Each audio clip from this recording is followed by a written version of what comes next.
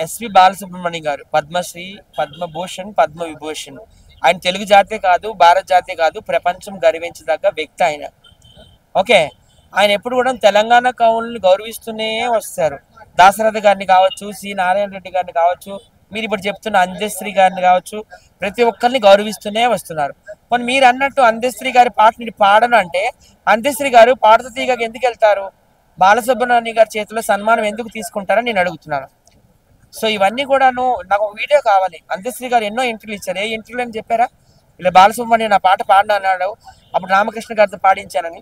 అప్పుడు బాలసుబ్రహ్మణ్యం గారు బిజీగా ఉన్నారో ఏంటో నాకు తెలియదు, కానీ రామకృష్ణ గారు కూడా గొప్ప గాయకుడే కదా, ఆయన కూడా ఆంధ్ర వ్యక్తే కదా, ఆయన పాడారు. బాలసుబ్రహ్మణ్యం గారికి ఎప్పుడు కూడా అట్లా ఏం లేదండి, ఆంధ్ర తెలంగాణ అని ఏమీ లేదు.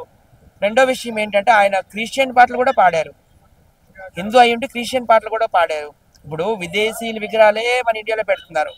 యూరోపియన్స్, ఒక స్టాలిన్ కావచ్చు, ఒక లెనిన్ కావచ్చు, కాటన్ ద్వారా అంటారు, కాటన్ థామస్, ఆయన విగ్రహాలు కావచ్చు, ఢిల్లీలో పెట్టారు, వెస్ట్ బెంగాల్లో పెట్టారు, ఉభయ గోదావరి జిల్లాలో ఆంధ్రాలో కూడా పెట్టారు. విదేశీయుల విగ్రహాలు పెట్టినప్పుడు ఏం అబ్జెక్షన్లు ఉండవు, కానీ మన తెలుగు వాళ్ళు తెలుగు రాష్ట్రాల్లో విగ్రహాలు పెడితే ఏంటి ఇబ్బంది అని నేను అడుగుతున్నాను.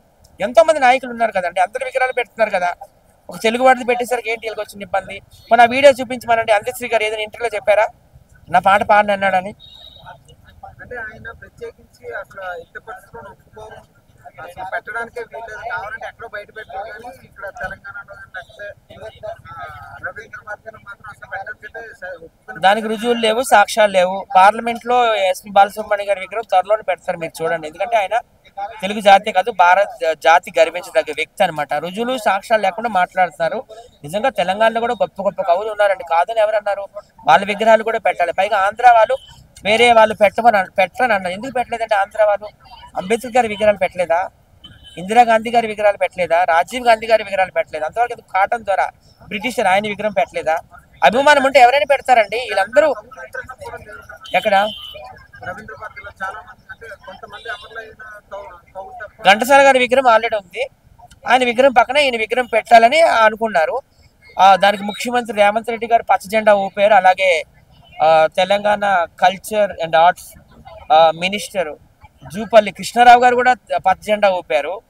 వాళ్ళకి లేని ఇబ్బంది వీళ్ళకి ఏంటంట, వాళ్ళతో ఫైట్ చేయమండి. మరి బాలసుబ్రహ్మణ్యం గారు మాత్రం ఎప్పుడు తెలంగాణని, తెలంగాణ కవుల్ని గౌరవిస్తూనే వచ్చారండి. అందశ్రీ గారు బాలసుబ్రహ్మణ్యం గారు కూడా మంచి స్నేహితులు. అందశ్రీ గారు పాడుతీగ కార్యక్రమానికి కూడా వెళ్ళడం జరిగింది, ఆయన సన్మానించడం కూడా జరిగిందండి. ఇవన్నీ వదంతులు. ఎవరైనా ఉంటే మాత్రం ప్రూఫ్ చూపించండి, ఆ వీడియో చూపించండి. అందశ్రీ గారు ఎక్కడైనా మాట్లాడి ఉంటారు కదా, ఇలా బాలసుబ్రహ్మణ్యం గారు నేను పాట పాడమంటే పాడలేదు, అప్పుడు నేను రామకృష్ణ గారితో పాట పాడించాను. మరి రామకృష్ణ గారు కూడా మా ఆంధ్ర వ్యక్తి కదండి, మరి ఈయన పాడినప్పుడు ఆయన ఎట్లా పాడతారు చెప్పండి?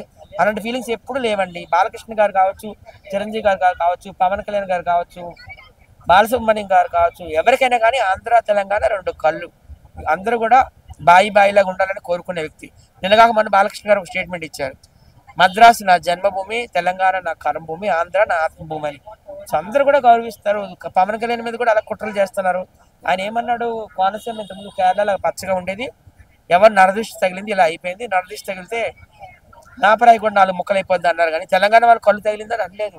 తెలంగాణ నాయకులు కూడా మెచ్చుకునేవారు, మన కోనసీమ చూసాను అన్నారు. కానీ తెలంగాణ నాయకులు కళ్ళు తగిలి ఇలా అయ్యిందని ఆయన ఎక్కడ అనలేదు. సో అలాగే హిందూ సినిమాలు కూడా ఆపుతుంది. బాలకృష్ణ సినిమా ఆపాల్సిన పని ఏంటండి? ఇప్పుడు పాకిస్తాన్తో మనం ఫైట్ చేస్తున్న వేళ హిందువులు అందరూ మనం సపోర్ట్ చేయాలి కదా. సనాతన ధర్మాన్ని, హిందూ ధర్మాన్ని పరిరక్షిస్తున్నాను అంటూ ఆ సినిమాలో చెప్పాడు ఆయన, బాలకృష్ణ గారు డైలాగ్. ఈ సినిమా మీద కుట్రలు ఏమంటే ఆఫ్టర్ ఆల్ 40 కోట్ల కోసం ఆపేశారు. 40 కోట్లు ఫైనాన్షియల్ బాకీ ఉన్నారు ప్రొడ్యూసర్స్ అంటున్నారు. 40 కోట్లు బాలకృష్ణ గారికి, తమన్ గారికి, బోయపాటి శ్రీని గారికి ఆఫ్టర్ ఆల్ అండి. నిన్నంతా టెక్నికల్ ఇష్యూ అన్నారు, ఈరోజు ఏమో 40 కోట్లు బకాయిలు అంటున్నారు. మరి అక్కడ ఎలాగ మరి రిలీజ్ అయిపోయింది, అమెరికాలో, ఆస్ట్రేలియాలో, బ్రిటన్లో ఎలా రిలీజ్ అయింది ప్రీమియర్ షో, ఇక్కడ ఎందుకు అవ్వలేదు? అంతా కుట్రలు, హిందువుల మీద కుట్రలు, హిందూ దేవుల మీద కుట్రలు. నాకే అసలు ఏదో అనిపిస్తుంది ఇక్కడ.